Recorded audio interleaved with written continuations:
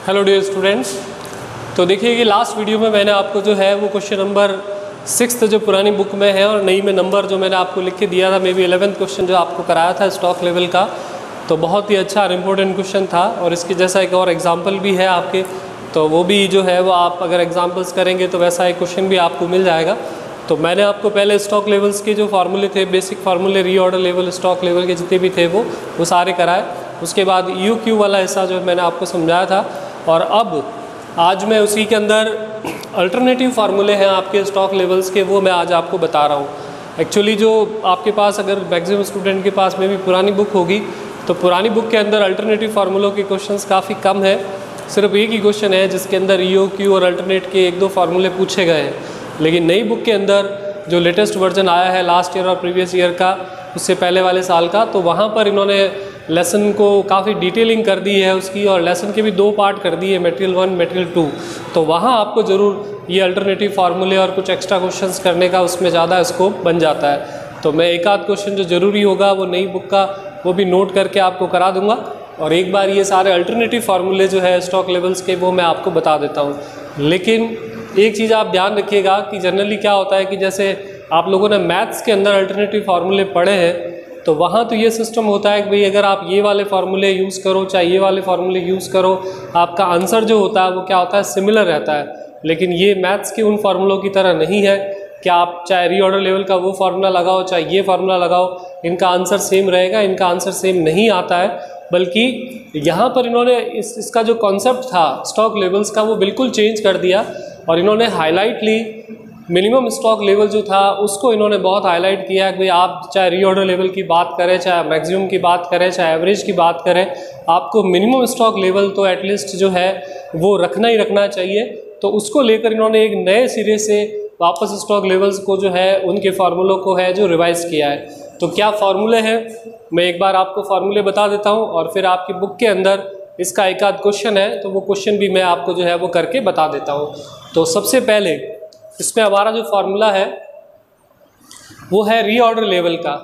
तो reorder level का हमारा फार्मूला होता है lead time in days into usage rate per day और प्लस सेफ्टी स्टॉक। तो लीड टाइम इन डेज का मतलब होता है कि मटेरियल आपके पास कितने दिन में उपलब्ध होगा, हिंदी में इसको कहते हैं सामग्री की उपलब्धता का समय, यानी कि मटेरियल आपको कितने दिनों में मिलेगा उसको अपन क्या बोलते हैं, लीड टाइम बोलते हैं।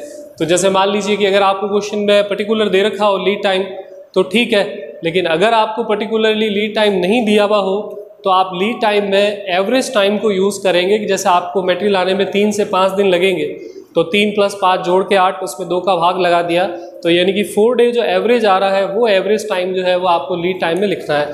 अदरवाइज़ अगर आपको स्पेशली लिखा हो कि मटेरियल मिलने में आपको 4 दिन 5 दिन लगेंगे लीड टाइम इन डेज, और बढ़िया बात यह है कि ये इंग्लिश में ही लिखा हुआ रहता है क्वेश्चन के अंदर, तो आपको एज इट इज़ लिखा हुआ मिलेगा, तो आपको उसको पुट करना है। और प्लस इसके साथ इस फार्मूले में मल्टीप्लिकेशन किसका करना है, usage rate per day. Usage rate per day का मतलब होगा कि एक दिन में आप कितना मटेरियल यूज़ करते हो, और ऐसा करने के लिए कोई क्राइटेरिया नहीं है। अगर आपको 10 दिन की मटेरियल दे रखी है, 10 दिन में हम इतना कंज्यूम्ड कर रहे हैं तो 10 का भाग लगा दीजिए, 30 दिन का मटेरियल दे रखा है तो 30 का भाग लगा दीजिए, 1 साल का मटेरियल कंजप्शन आपको दे रखा है तो 1 साल के दिन का भाग लगा दीजिए। तो कैसे भी करिए, हमारा मोटिव यही होना चाहिए कि हमारा जो यूजेस है उसको हमको एक दिन में कन्वर्ट करना है, फिर लीड टाइम को यूजेस रेट से मल्टीप्लाई करके इसमें सेफ्टी स्टॉक को जोड़ना है।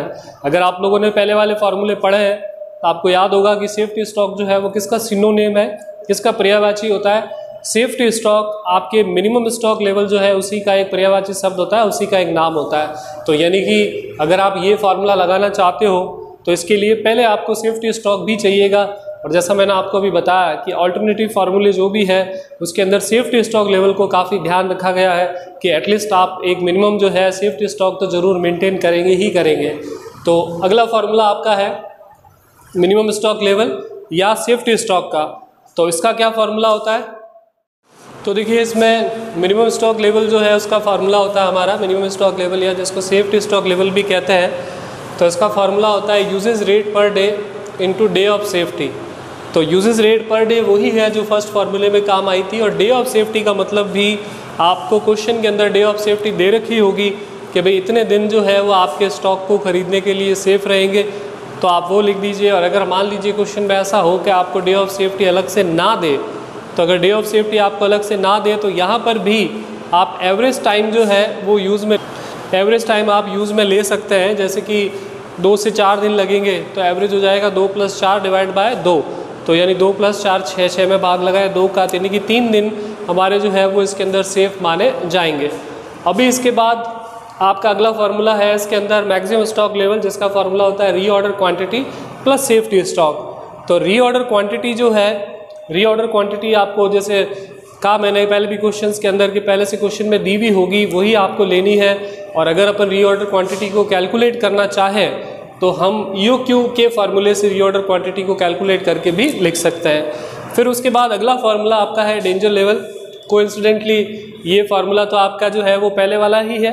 वैसे पुरानी बुक के अंदर डेंजर लेवल का जो मेन फार्मूला था वो कुछ और था और ऑल्टरनेटिव में ये फार्मूला चलता था, लेकिन आजकल मेन फार्मूले में और ऑल्टरनेटिव दोनों में डेंजर का एक ही फार्मूला है। तो ये आपको आराम से याद रह जाएगा कि मिनिमम कंजप्शन को मिनिमम पीरियड से मल्टीप्लाई करने से जो आंसर आएगा वो आपका क्या कहलाएगा, डेंजर लेवल। उसके बाद एवरेज स्टॉक लेवल, एवरेज का वहाँ पे आपकी क्या फार्मूला था कि मिनिमम और मैक्सिमम स्टॉक लेवल्स को जोड़कर उसमें 2 का भाग लगेगा, लेकिन यहाँ थोड़ा फार्मूला अलग है। यहाँ पर मिनिमम स्टॉक लेवल के साथ प्लस करना है 1/2 रीऑर्डर क्वांटिटी को, यानी कि मिनिमम स्टॉक लेवल लिखकर और रीऑर्डर क्वांटिटी को हाफ करके इसके अंदर जोड़ना है। तो देखिए कि जैसा मैंने आपको कहा कि यहाँ पे हाईलाइटली मेनली जो भी फार्मूले हैं वो सारे के सारे आपके बेस्ड हो गए मिनिमम स्टॉक या सेफ्टी स्टॉक पर। फर्स्ट फार्मूले में सेफ्टी स्टॉक है, सेकंड फार्मूला खुद सेफ्टी स्टॉक का ही है, थर्ड फार्मूले में सेफ्टी स्टॉक है, और आपका जो है फिफ्थ फार्मूला उसमें भी आपके सेफ्टी स्टॉक है। तो यानी कि 5 में से 4 फार्मूले मिनिमम स्टॉक लेवल के हैं, या फिर उनको जो है निकालते समय आपको मिनिमम स्टॉक लेवल को जो है वो काम में लेना है। तो अभी मैं आपको एक क्वेश्चन जो है वो करके बताता हूँ। तो पहले मैं क्वेश्चन नोट कर लेता हूँ और उसके बाद उसका सोल्यूशन आपको जो बता देता हूँ, जिसके अंदर ये ऑल्टरनेटिव फार्मूले भी आपके काम आ जाएंगे और प्लस उसके साथ साथ आपको जो है उसमें क्वेश्चन में EOQ भी पूछा है, तो वो अगेन मैं आपको एक बार और उसका सोल्यूशन भी बता देता हूँ। तो देखिए इसमें मैंने एक क्वेश्चन जो है वो नई बुक के हिसाब से 7th क्वेश्चन है, और आपकी पुरानी बुक में भी ये क्वेश्चन है। नंबर थोड़ा सा आप अगर उसको चेक करेंगे तो आपको मिल जाएगा। तो इसके अंदर एनुअल कंजप्शन दे रखा है 12,000 यूनिट, ऑर्डरिंग कॉस्ट आपकी 12 रुपये है, कॉस्ट पर यूनिट आपकी 1 रुपये है, और कैरिंग कॉस्ट आपकी लगती है 24% कॉस्ट की, और नॉर्मल लीड टाइम जो है मतलब मटेरियल आपकी नॉर्मली आ जाता है 20 दिन में, और सेफ्टी जो स्टॉक लेवल है मतलब कि सेफ फेस टाइम है वो 24 दिन है। भी 24 दिन में तो आपके आंसर जो है इसके हिसाब से मटेरियल पहुंच ही जाएगा। और एक साल में ये कितने दिन की बात करते हैं, एक साल में ये कहते हैं कि हमारे 360 डेज इन अ ईयर होते हैं। अब क्वेश्चन भी क्या पूछा है, पहला पॉइंट पूछा है EOQ। तो EOQ का फार्मूला मैंने यहाँ लिख दिया है 2CO/I। तो 2 तो आपको पता है कि फार्मूले में अपने फिक्स है। O का मतलब होता है एनुअल कंजप्शन जो कि हमारे है 12,000 यूनिट, और ऑर्डरिंग कॉस्ट आपकी दी हुई है 12, और इन्वेंट्री कैरिंग कॉस्ट का 24% है। तो 24% है कॉस्ट का, तो 24% 1 रुपये का।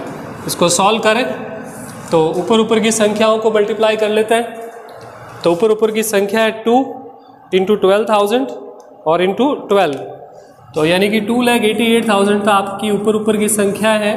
और अब नीचे 1 रुपये का 24%, तो अब ये से 1 रुपये का 24% तो 0.24 हो जाएगा। तो 2,88,000 को डिवाइड कर देंगे 0.24 से, तो ये आपके आ जाएगा 12 लाख। और अब इसका अंडर रूट करें अगर अपन, तो इसका अंडर रूट करने पर आंसर थोड़ा पॉइंट्स में आ रहा है 1095 यूनिट। तो यानी कि हमारे हिसाब से द बेस्ट क्वांटिटी होगी 1095 यूनिट खरीदना, मतलब कि उतनी यूनिट खरीदने से आपको कैरिंग और ऑर्डरिंग कॉस्ट के हिसाब से वो सबसे ज़्यादा बेस्ट या सबसे ज़्यादा सस्ता आपके पड़ने वाला है। अभी इसके बाद इस क्वेश्चन के अंदर आपको रीऑर्डर लेवल, सेफ्टी स्टॉक, ये 1-2 चीज़ें पूछी है, तो जिसके फार्मूले अभी यहाँ पहले से लिखे हुए हैं, तो इसी को मैं जो है वो सॉल्व कर देता हूँ। तो हमारा जो रीऑर्डर लेवल का फार्मूला क्या है, लीड टाइम इन डेज। तो लीड टाइम इन डेज कितना दे रखा है क्वेश्चन के अंदर, 20, तो वो लिख दिया। इसके साथ इसमें आपको मल्टीप्लाई करना है यूजेज रेट पर डे। तो देखिए कि usage rate per day generally question में दी भी नहीं होगी।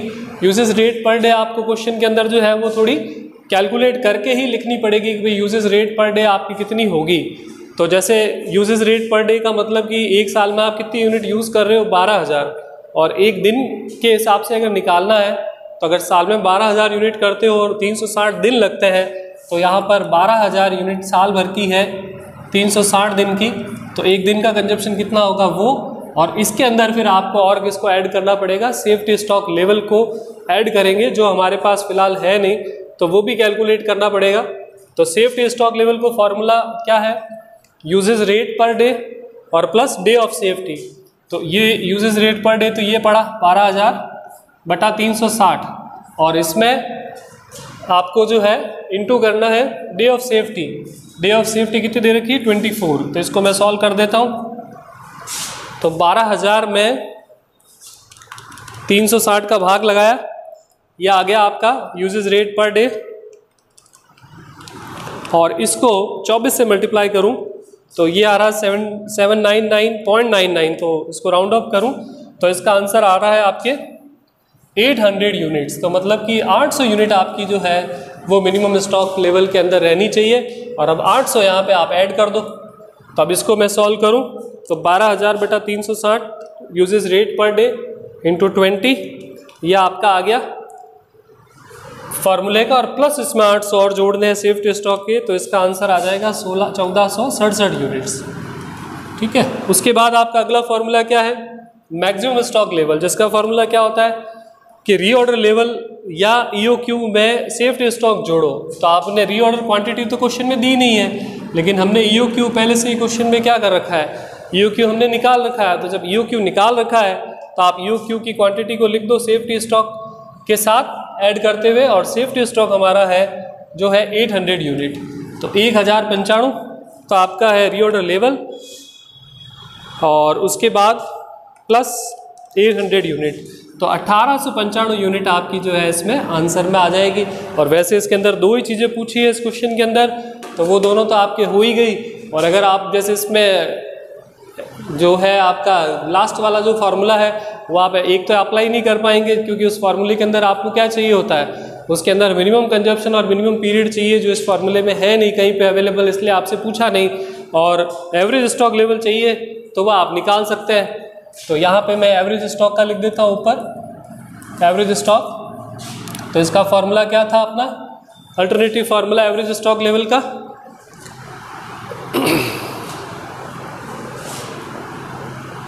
Minimum stock level 1/2 reorder quantity. ठीक है, तो इसका फॉर्मूला है हमारा minimum stock level plus 1/2 reorder quantity, ये फार्मूला है इसका। तो reorder level, minimum stock level आपने कितना निकाला है इसमें, 800 यूनिट। रीऑर्डर क्वांटिटी आपने कितनी निकाली है, 1095, तो उसका हाफ करके आप इसमें ऐड कर दीजिए। और ये आंसर वैसे पूछा नहीं है, लेकिन अब आप इसका जो सॉल्यूशन होगा ये आपके क्या आ जाएगा, इसका फाइनल आंसर आ जाएगा। तो इस तरीके से ये जो अल्टरनेटिव फार्मूले आपके सारे, तो ये इस तरीके से आपके सॉल्व होंगे।